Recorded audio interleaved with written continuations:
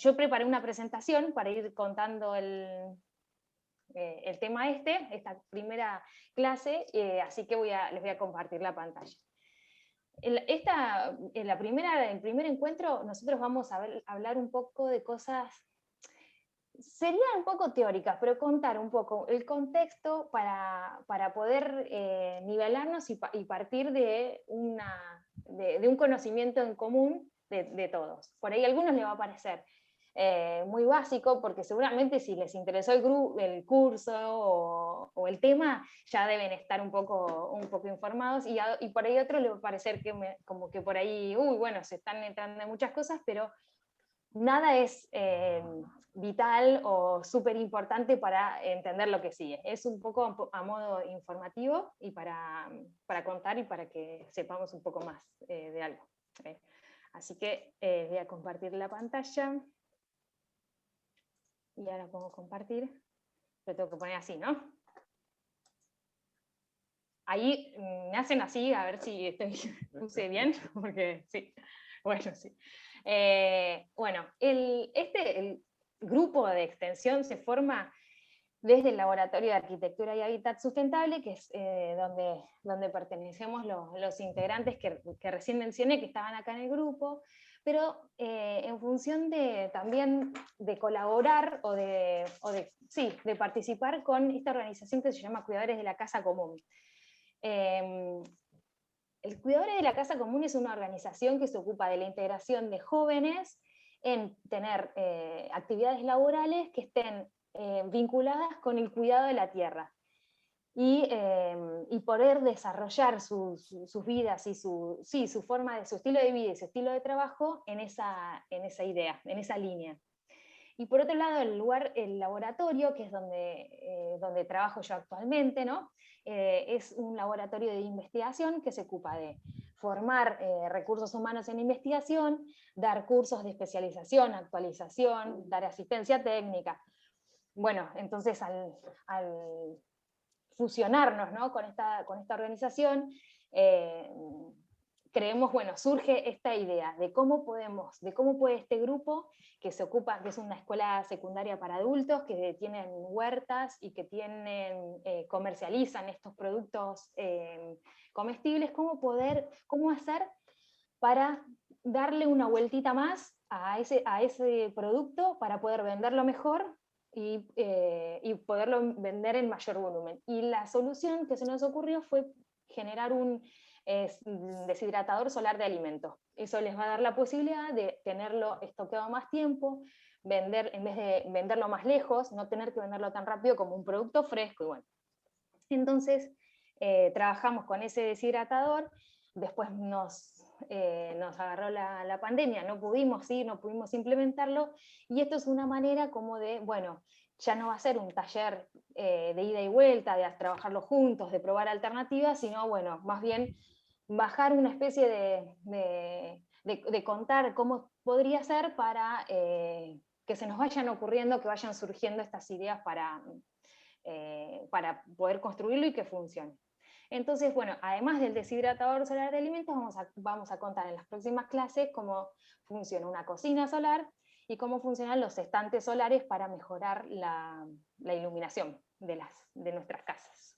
Todas cosas que nos pueden hacer la vida un poco más linda y sabiendo cómo usarlo, ¿no? Les contaba que el grupo de extensión es muy grande. Bueno, para mí es muy grande, no sé, hay grupos más grandes seguro, pero bueno, en este caso yo soy la directora, pero participan Analia Gómez, Adriana Bostey, que está acá, Jorge Tchaikovsky, David Basualdo, Agustina Stelmach, Juliana Sisti, que es nuestra referente de la organización de Cuidadores de la Casa Común, que es la admiro profundamente de los 13 años que íbamos juntas a la escuela, que es una persona increíble. Luciano, Cintia, Hernán Rodríguez, Federico Balaguer, Gabriela Resneto y Roberto Velardi, que también está presente con nosotros.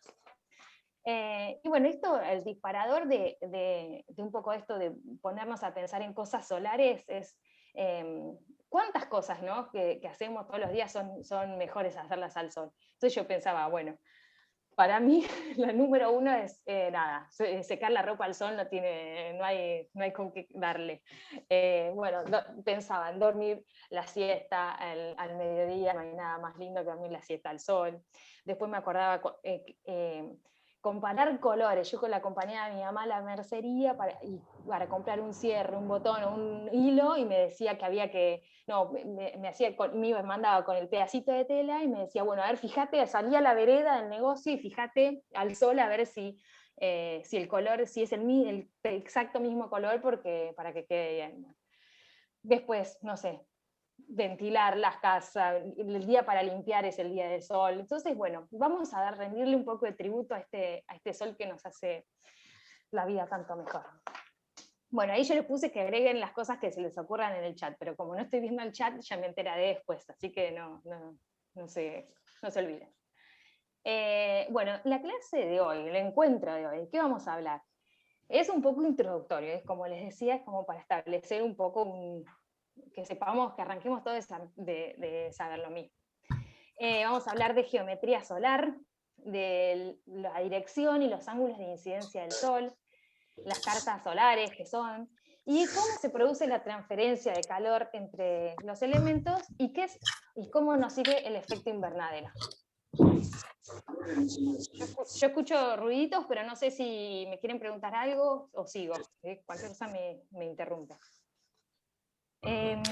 Bueno, empezamos con lo de las coordenadas solares. Vamos a tomarnos una licencia o vamos a hacer de cuenta que estamos en la Edad Media y que hoy vamos a creer que nosotros estamos fijos, nosotros en la Tierra estamos fijos, quietos, y el Sol se mueve alrededor nuestro. Esto ya sabemos que no es así, pero nos va a simplificar mucho para comprender estas cosas. Así que nos damos el permiso de pensar así. Y entonces, bueno, cuando tenemos dos ejes cartesianos, vieron que tenemos un eje X y un eje Y.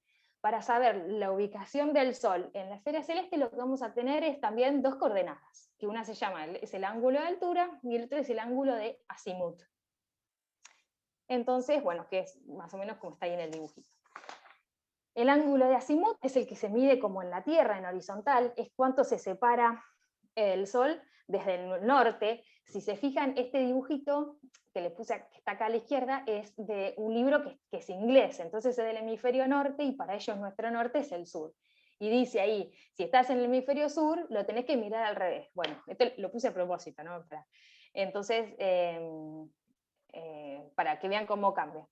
Y el ángulo de altura es el ángulo, que es la altura que tiene el Sol desde el horizonte, que sería el cero, hacia arriba, a la altura en la que está el Sol. Entonces, bueno, acá estamos de nuevo con el azimut.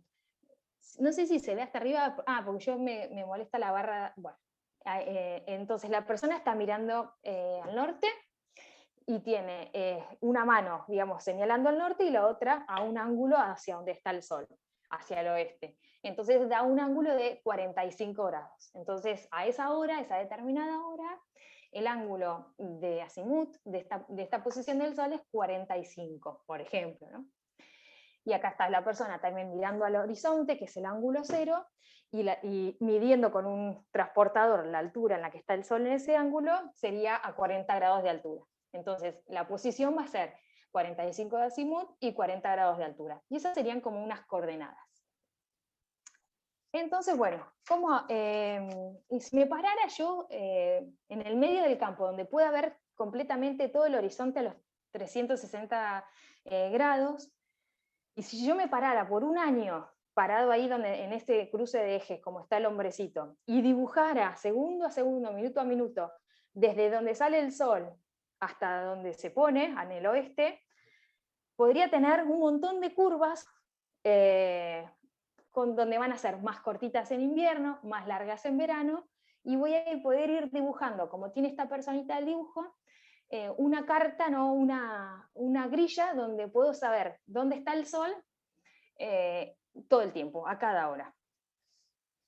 Pero, bueno, entonces voy a tener algo de este tipo, ¿no? En el centro, en el norte, la altura del Sol va a ser máxima, siempre sale desde el este. Eso es fijo, el Sol siempre sale del este, va a subir, subir, subir, y va a alcanzar su punto máximo al mediodía, donde está el norte, y va a comenzar a bajar hasta el oeste. Eso no modifica. Ahora, va a ser un poquito más larga la curva en verano y otro poquito más corta la curva en invierno, ¿no? Como los días son más largos en verano y los más cortos en invierno. Bueno, pero a ver, acá les había marcado los ángulos de altura de azimut y ahora con azul los ángulos de altura.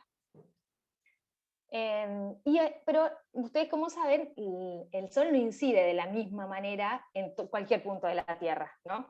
La incidencia del Sol va a ser bien perpendicular cerca del Ecuador, o sea, voy a tener mucho más intensidad de Sol en el Ecuador, y cuanto a medida que me acerco a los polos, va a ser cada vez más tangencial, entonces va a ser más flojo, menos intensidad del Sol.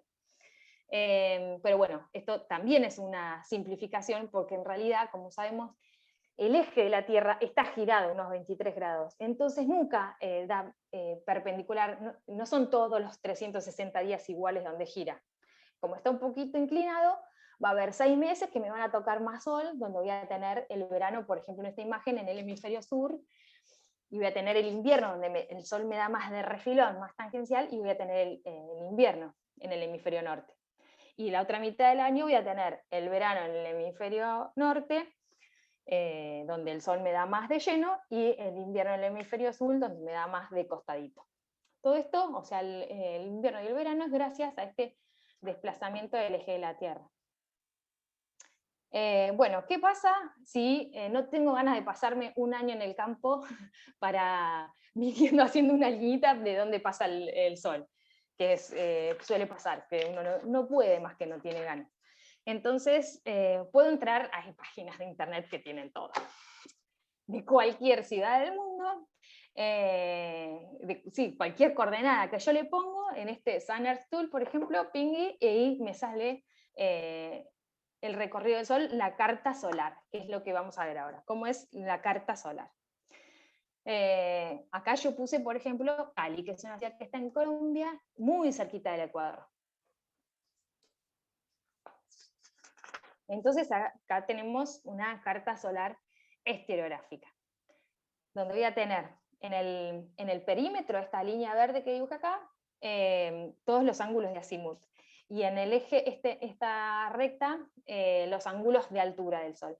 Si se fijan acá, casi todos los días son iguales, porque está tan cerca del Ecuador que en cambio de invierno y verano prácticamente no lo afecta. El 21 de marzo, el 21 de septiembre, los días de los equinoccios, el Sol pasa por arriba casi en 90 grados, y sin inclinación. Y en cambio en junio y en enero también son casi iguales, no hay diferencia entre el invierno y el verano. Esta es la misma carta, pero con una representación distinta, que tengo los ángulos de azimut en el eje X, y los ángulos de altura también en el eje Y. Cada una de estas curvas, no sé si es el cursor, pero yo lo estoy usando, cada una de las curvas que da es para cada mes del año. Tengo para el 21 de marzo, para el 21 de diciembre, ¿no? Los días más cortos, los días más largos. El caso contrario, el caso opuesto es, por ejemplo, Ushuaia, en este ejemplo. Fíjense cómo cambió de esta carta solar a esta. Acá lo que voy a tener es muchísimo más pronunciado la diferencia entre el verano y el invierno, ¿no? En verano, a ver si acá los marqué también, en invierno los días son muy cortitos, y en verano los días son mucho más largos, ¿no? El sol sale del este y se pone en el oeste solamente el 21 de marzo y el 21 de septiembre. Después sale de mucho más atrás, casi desde el sur sale el sol, y se pone también casi en el sur. Y la carta solar cilíndrica también para Ushuaia, voy a ver, fíjense, en verano, que el sol sale acá desde el este, desde mucho más atrás del este, a las 4 de la mañana, sube, y se esconde el sol en el oeste, o pasando el oeste, a las 12 de la noche, el día más largo del año. En cambio, en invierno es mucho más exagerada esa diferencia. El sol sale recién a las 10 de la mañana y se pone a las 5 de la tarde. Los días son mucho más cortitos. Por ahí quizás alguno de ustedes que trabaja con arquitectura o con algún otro programas para proyectar, BIM, por ejemplo, este es el ejemplo de Revit. BIM son los Building Information Model. Son programas de computación que tienen, bueno, que se manejan como una información mucho más integral del proyecto. Simplemente activo el recorrido del sol y le digo dónde está el norte, y me va a dar en cualquier instancia de que yo esté trabajando, lo prendo, tengo dónde está el sol a cualquier hora que yo quiera y la sombra que me proyecta. Esto, imagínense que para el diseño es súper rico, ¿no? Puedo mejorar muchísimo las condiciones de confort, si sé que va a tener sol en invierno, si va a tener sombra en verano. Bueno, y esto, además de que se aplica mucho en la arquitectura, imagínense que si yo supiera bien las orientaciones del sol en invierno, podría hacer mi casa desde cero, sabiendo o de manera tal de que en invierno me entre muchísimo sol, ¿no? Que es cuando hace frío, donde me viene bien, me sirve tener mucha radiación, y en verano, donde hace un calor bárbaro y no tengo nada que el sol me entre, que el diseño mismo impida que esos rayos solares entren y me sobrecalienten la casa. Entonces, bueno, esto sí, si tuviéramos la posibilidad de hacerlo desde cero, sería espectacular. Pero bueno, ahora nos vamos a ocupar de cosas que podemos hacer con lo que tenemos. También podría diseñar no solo para la casa para adentro, sino para afuera, ¿no? Unos parasoles. Proyectar, ponerle como una visera a las ventanas o a las casas para que me permitan que ingrese el sol más bajo del invierno y que me detengan y que me arrojen sombra con el sol del verano cuando es alto, que es incómodo y que me va a dar mucho calor. Bueno, de todo esto que acabo de decir, lo que nos importa, lo que nos interesa es que no importa si conocemos o hace un mes que vivimos en esta ciudad, nosotros podemos predecir la ubicación del sol a cada hora, aunque aún no conozcamos el sitio. Sí, lo que no podemos predecir es si va a haber nubes y eso, pero bueno, con un buen servicio meteorológico nos quedaría resuelto. Dejo de compartir un segundo para ver si alguien me quiere decir algo o si estoy hablando con alguien. Y si no, ahora sigue como otra partecita. ¿Venimos bien? ¿Sigo? Sí, sigue. Bueno, hubo dos comentarios ahí de cosas como, por ejemplo, secar las plantas aromáticas al sol. Muy útil. Muchos lo aplicamos. Ah, gracias, sí. Y comentarios que la donde albahaca entra... no, ojo, la albahaca no. Comentarios que donde entra el sol no entra el doctor, así que están Eso también, sí. Bueno, no sé, a mí la albahaca se me muere al sol, a la sombra, no sé qué hay que hacer para tener la albahaca, pero no tengo ahí un tip para tirarles. Bueno. Tomo aire y vemos la parte de calor, otro cachito. Ay, me empieza de nuevo. Acá. Ahí está. Bueno, esto, ¿qué tenemos acá? Vamos a hablar de calor ahora. El calor, bueno, como saben, es una de las propiedades de los materiales, ¿no? Cualquier material tiene una determinada temperatura, que sea mucho o poca, y entonces va a tener una determinada carga de energía en forma de calor. Y también está relacionado con la agitación interna de sus moléculas. Cuanto más rápido se agitan esas moléculas, mayor es esa energía interna, mayor temperatura, mayor calor, y cuanto más relajadas o más quietas están las moléculas, es un cuerpo que está más frío. Entonces, todos los cuerpos interactúan constantemente con el entorno, cediendo y tomando calor. Y lo que hacen es buscar el equilibrio térmico, es decir, el que está más caliente va a regalarle ese calor a lo que está más frío. Por eso si yo agarro una pava que está caliente, el calor se me va a pasar a la mano y me quemo, ¿no? Por ejemplo. Bueno, 1000 ejemplos, pero ahora vamos a ver algunos. Ahora lo que vemos en la foto es el sol, que es una fuente de luz y fuente de calor. Que sea una fuente, a diferencia de la pava, que si yo que cuando la dejo arriba de la mesada y empieza a calentar todo el aire y la mesa va a ir cediendo, va a ir entregando ese calor, enfriándose. Una fuente de calor entrega calor pero no se enfría, ¿no? Por eso es un caso particular el del Sol. Y bueno, y existe una rama de la física que se encarga de todas estas cuestiones del calor y de la energía interna y de los elementos, que se llama termodinámica.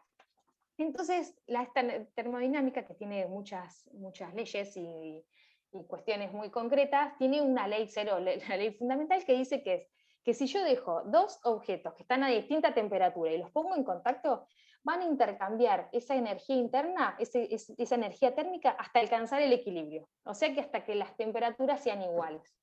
Entonces, en este GIF que están viendo en la pantalla, tengo un cuerpo que está caliente, que es el rojo, con un cuerpo que está frío, los pongo en contacto y es cuestión de tiempo de que tengan la misma temperatura.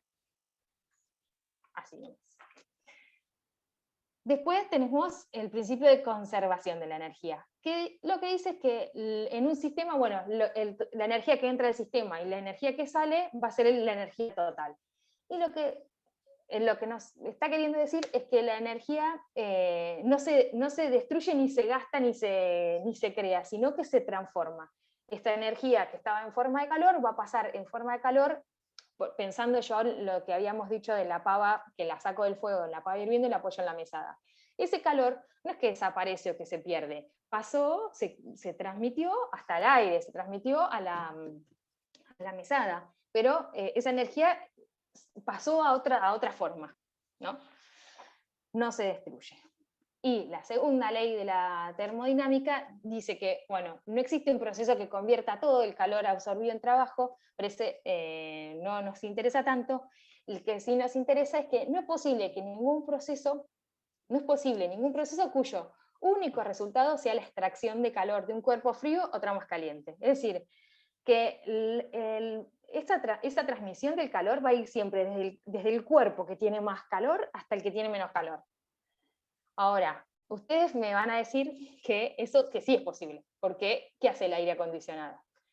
Saca el calor de un ambiente que supuestamente está más fresco y lo chupa y lo va a tirar al exterior donde hace muchísimo más calor, ¿no? Pero ese es un proceso que se da por unos compresores y por gases que tienen unas particularidades concretas, que es un proceso que está forzado con un compresor. No es algo que se ocurra naturalmente en la naturaleza, que el calor vaya de lo más frío a lo más caliente. Entonces, siempre el calor, bueno, ahí está, resumiendo, ¿para qué iban con todo esto? Es que la energía no desaparece, sino que se transforma, pasa de un cuerpo a otro en el mismo sistema, y que siempre el flujo de calor va a ser desde el cuerpo más caliente hacia el cuerpo más frío. También es nuestro mantra. Bueno, Adriana debe tener muchas cosas de Adriana Agostinho para ampliar y comentar esto, pero bueno, no la voy a comprometer ahora. Está muy bien, está muy bien.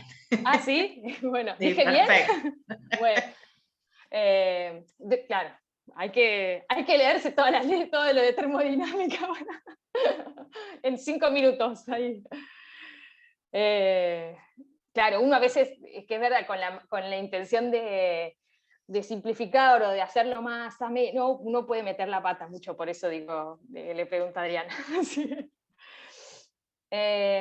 Bueno, entonces, para todo esto era para que sepamos que la energía, el calor va a pasar de un cuerpo a otro y que siempre en el sentido del más caliente al más frío. Y ahora, ¿cómo se va a desplazar esta energía desde un cuerpo caliente hasta un cuerpo más frío? Bueno, estos mecanismos se llaman mecanismos de transferencia de calor, ¿no? Y vamos a ver 3, que son la conducción, convección y radiación. Primero tenemos conducción, porque a mí me parece que es el más fácil. Es un mecanismo de transferencia de calor que se da entre los sólidos. Entonces acá tenemos una barra de metal, ¿no? O podría ser un clavo, y yo le pongo en un extremo una llama. Lo que va a hacer, se va a empezar a calentar ese extremo donde yo tengo la llama, y progresivamente se va a ir calentando todo, se va a ir calentando todo hasta que buscando ese equilibrio térmico, vas a tener toda la misma temperatura. Una vez que la fuente de calor, que sería la llama, cesa, va a buscar el equilibrio entre la barra y con el exterior, manteniendo, transmitiendo esa temperatura. Entonces la cuestión sería que es entre sólidos, la conducción. Tenemos la convección, que es un mecanismo de transferencia de calor que se va a dar entre los fluidos, que son líquidos o gases. Entonces tengo en este ejemplo una olla que está hirviendo porque está puesta en una llama sobre el fuego, digo. Entonces se va a empezar a dar un movimiento que el agua se va a calentar primero la parte de abajo, ¿no? Y a medida que se calienta, va a perder densidad y va a tender a subir hacia arriba.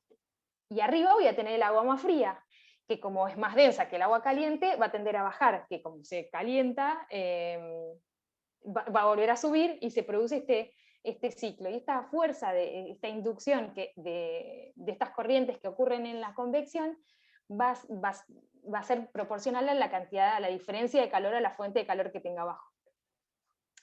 Bueno. Otra manera de convección es esta, bueno, que sería la misma en realidad, nada más que esta es convección forzada, porque tengo un perrito, ¿no?, que está con mucho calor, ¿no?, está acalorado. Entonces se pone adelante del viento que le da una corriente de aire fría, que es entre un fluido, también sería un gas, ¿no? Entonces el aire no va a estar más frío, simplemente lo que va a hacer es lamer ese calor y arrastrarlo y llevárselo fuera. Entonces se lo arrastra a través de su cuerpo. Y eso le va a producir un refrescamiento. Lo que va a hacer es retirar el calor que le sobra al perro por la velocidad del aire. Cuanta mayor sea la velocidad de esta convección forzada, más va a ser ese intercambio de calor.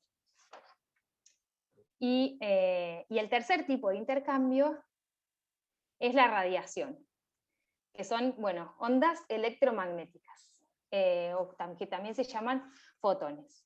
A diferencia de la convección, vieron que la convección necesitaba un fluido, un gas o un líquido. En la conducción necesitaba un sólido.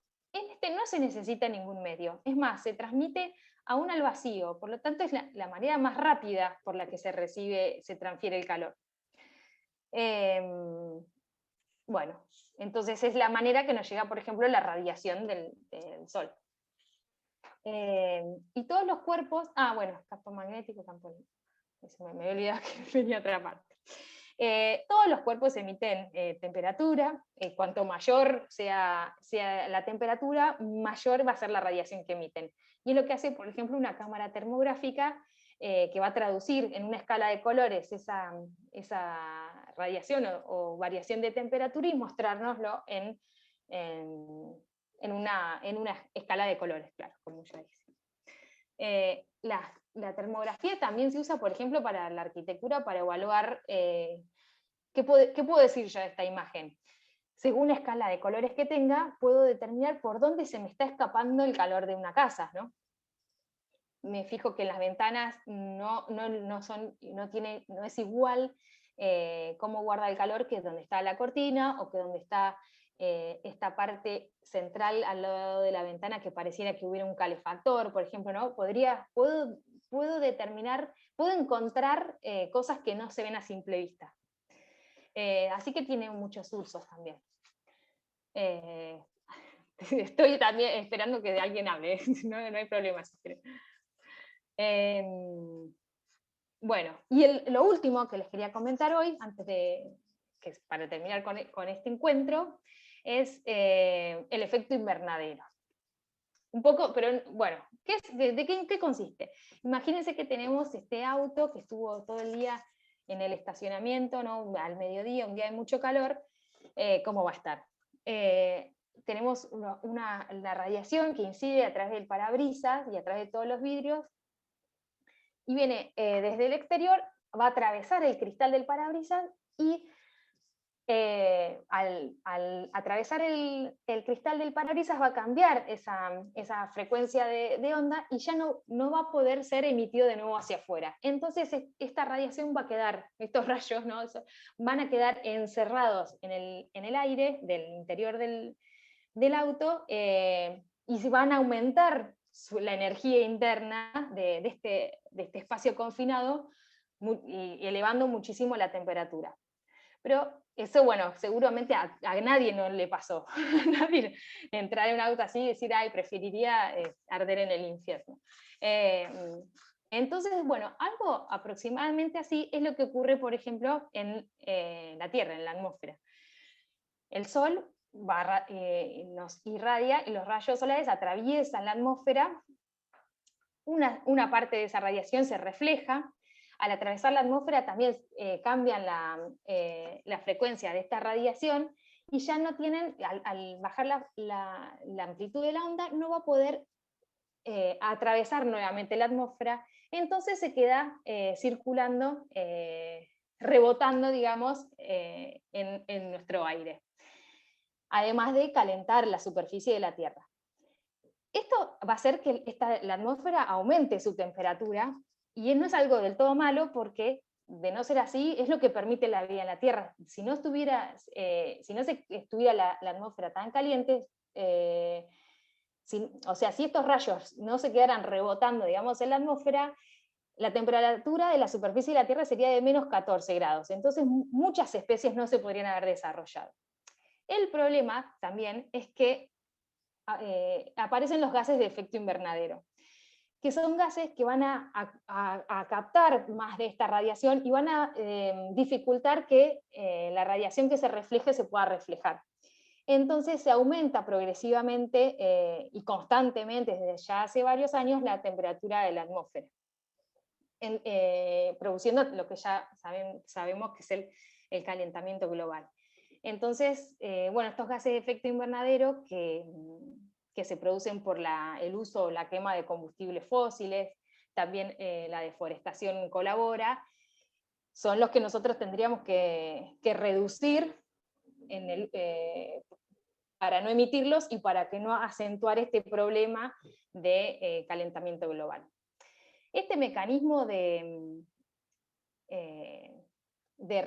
recibir la radiación y acumularla detrás de un cristal, lo vamos a usar, por ejemplo, para una cocina solar. Lo tenemos que tomar a nuestro favor. Para el deshidratador de alimentos. Podemos tomar estrategias para sacarle provecho. Pero bueno, es una excusa también para hablar un poco de esto de calentamiento global, que es un tema que nos preocupa siempre.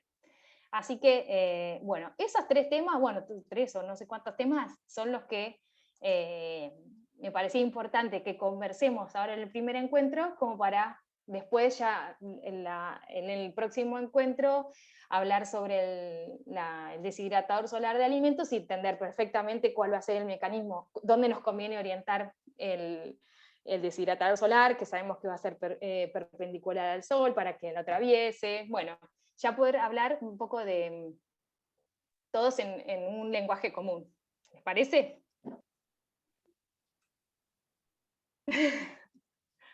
Bueno, no sé si quisieran consultar algo o agregar algo. Acá yo sé que hay muchos expertos, así que no se guarden. Esto es para que aprendamos todos. Cuéntenos. Sí, por ahí lo que podríamos hacer, Paz, es que